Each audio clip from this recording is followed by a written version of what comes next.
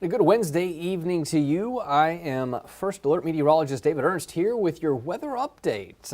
We will be covering several topics tonight. I've got high and very high fire danger across parts of the area right now. In fact, all of northeastern Wisconsin in one of those two risk categories for fire danger. I'll also be going over the details of our next weather maker coming in on Saturday night, bringing some scattered rain showers, much needed rain to the area, but does not look like it would be all that heavy, probably not much more than a tenth or two of an inch in it.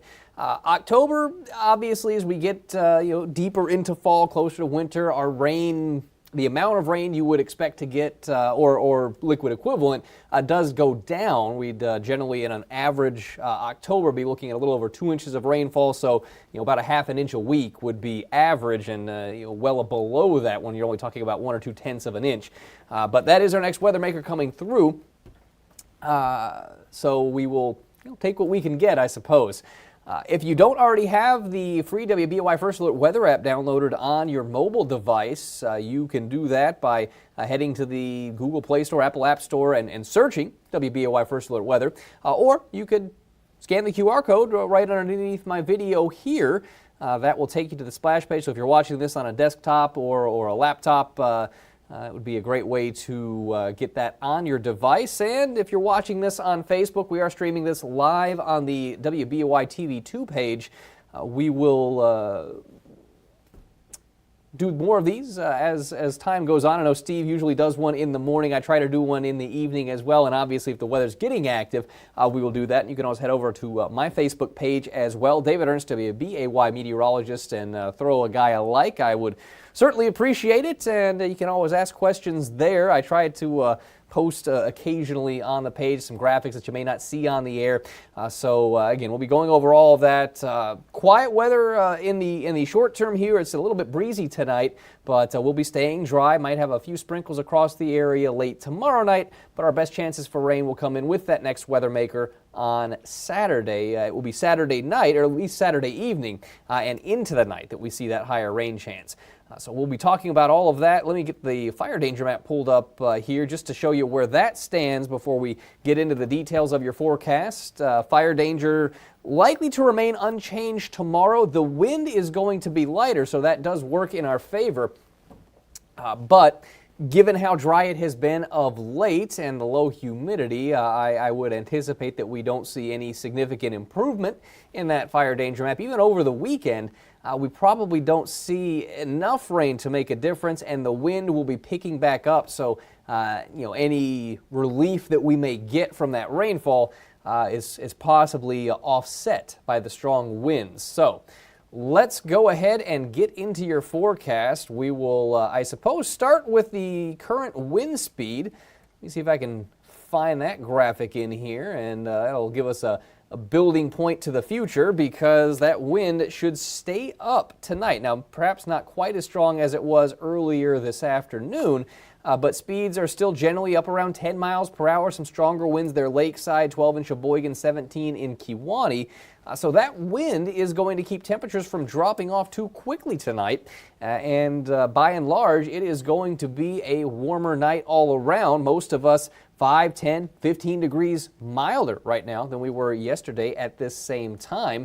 So that is going to put our current temperatures largely in the 60s. We will see some of our northern areas run a little cooler, so mid and upper 50s there, 60 degrees on the dot for Green Bay, 63 in Appleton. Last night around this time, we were already starting to see, I think O'Connell was the leader in cooling off down into the 30s by 10 o'clock. Bill, nice to have you on here.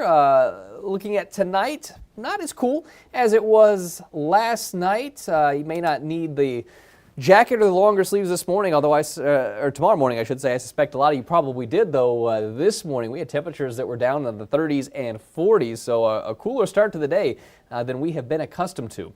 North central Wisconsin, as is typically the case, you will run a little cooler than everybody else, lower 40s up that way. Mid-40s for the rest of the North Woods, and then closer to 50 degrees through the Fox Valley. And we're looking at low to mid-50s along the Lake Michigan shoreline.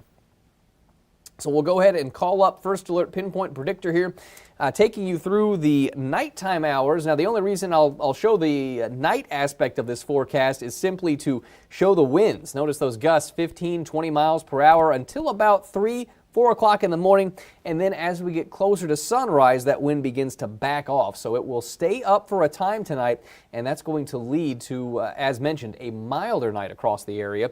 We will see a lot of sunshine at least through your Thursday morning. There'll be some high thin clouds arriving with time, and late in the afternoon, evening hours, those clouds will have a tendency to thicken up. Predictor maybe bringing them a little farther south earlier than it did during our 5 and 6 o'clock show, but I don't think we really start to thicken those clouds up until around sunset.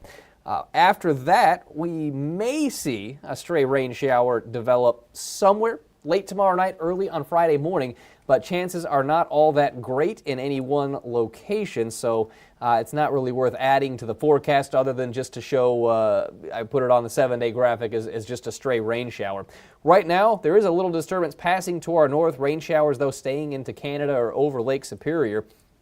So we'll be watching for clouds to increase late tomorrow in advance of just, again, a very slight chance for a few showers late tomorrow night, but better opportunities for rain to come with our next weather maker, and we'll show you that here as soon as we go over the temperature forecast for your Thursday. We're going to see our morning temperatures.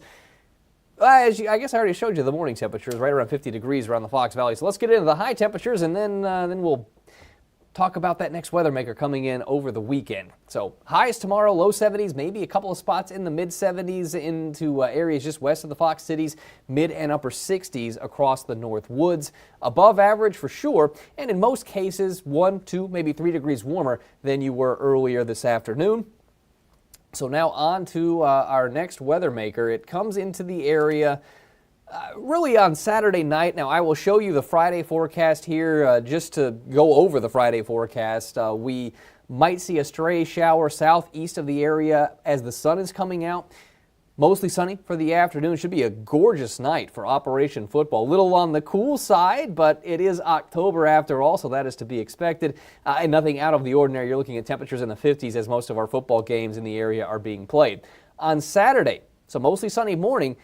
By 3 in the afternoon, though, you start seeing those clouds coming into northern areas, and eventually we will see some rain showers dropping in from the northwest, perhaps getting into areas north and west of the Fox Valley by 7, 8, 9 o'clock in the evening. We would see them moving through the Fox cities, lakeshore areas overnight and into Sunday morning. And then most of the steadier rainfall is pushing into the eastern Great Lakes and east of the area by Sunday, at least once the sun is up during the day. Mix of sun and clouds into the afternoon, but that will be the extent of our rain chance not only this weekend, but likely throughout the rest of the extended. And again, it is not that much rain to be had. So I'll pull the forecast up here. This is going to be a graphic from the Weather Prediction Center, and they will update this a couple of times a day, rain forecast going out the next 5 days. And if I showed you the next 7 days, it'd look exactly the same, about 1/10 of an inch or less for most areas. Maybe if we have a thunderstorm or two tracking across the region late on Saturday night, there's a few spots that might get 2/10, 1/4 of an inch, something like that. But unfortunately, Pierce, as you said, we do need the rainfall. We're just not going to get too much of it, at least the way things are stacking up right now. We'll see. There's still time for it to change. It is Wednesday evening, so we're talking about something that's 72 hours or so away. So there is certainly time for things to change in regard to that forecast, so we'll keep an eye on that rain chance. I did bump the just straight percentage up to 50%, and if it continues looking like it does, you'll see that go 60, 70, 80%. But again, it's just for that little window of time Saturday evening and into early Sunday morning. Beyond that, nothing in the forecast for rainfall. In fact, we'll go ahead and show you. I'll just scroll through the European weather model here, and then we'll pop up the GFS and scroll through that. So you were looking at the European model that I showed you there. So again, just quickly scrubbing through, you'll see the rain chances pop in there on Saturday night, Sunday morning. And then as we get into next week, again, just like it has been. Lots of sunshine, quiet and dry.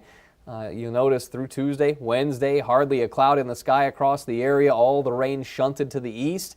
and we'll have high pressure dominating the forecast into the end of next week. Now, perhaps as that high starts settling down into the Ohio Valley, maybe we can kick the humidity up a little bit and get some showers in towards next weekend, but it really is looking very dry here over the next week once that weather maker gets through on Saturday.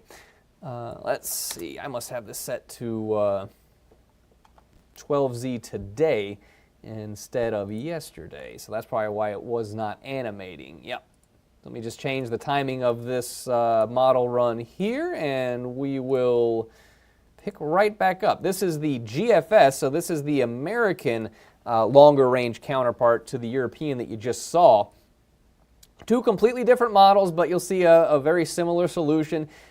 This one perhaps a little more robust with that rain chance Thursday night into Friday morning, but after that, quiet into Saturday afternoon, and then Saturday night, you see those rain showers pushing through out by Sunday morning. Your eyes don't deceive you. The GFS kicking out a little bit of wintry weather across Canada. I don't think that we will see any of that here. I think we'll be too mild for that, but there could be some frost in the area early next week. And again, speaking of that early next week forecast, hardly a cloud in the sky. We'll take the GFS out all the way here through next Friday. And again, once we get beyond Saturday, there likely is not any rain to be had the way it is stacking up. Well, before we wrap it up here, I will give you the 7-day forecast, but I do want to show you the game of the week forecast. If you have plans to head out Friday night, that is going to be what you would expect. Temperatures dropping through the 50s with mainly clear conditions. Now, winds should still be light on Friday, but as we get into the weekend, that next weather maker stirs the wind back up. So if you were watching right off the top, we talked about fire danger. Tomorrow, I would not expect any significant decrease in the risk, but we will be looking at lighter winds, so that is something in our favor in terms of fire danger. But any rain we see over the weekend, offset by the stronger winds. You'll notice wind gusts 25-30 miles per hour in the morning, and again 25-30 miles per hour in the evening. So throughout the day on Sunday and Saturday should be similar.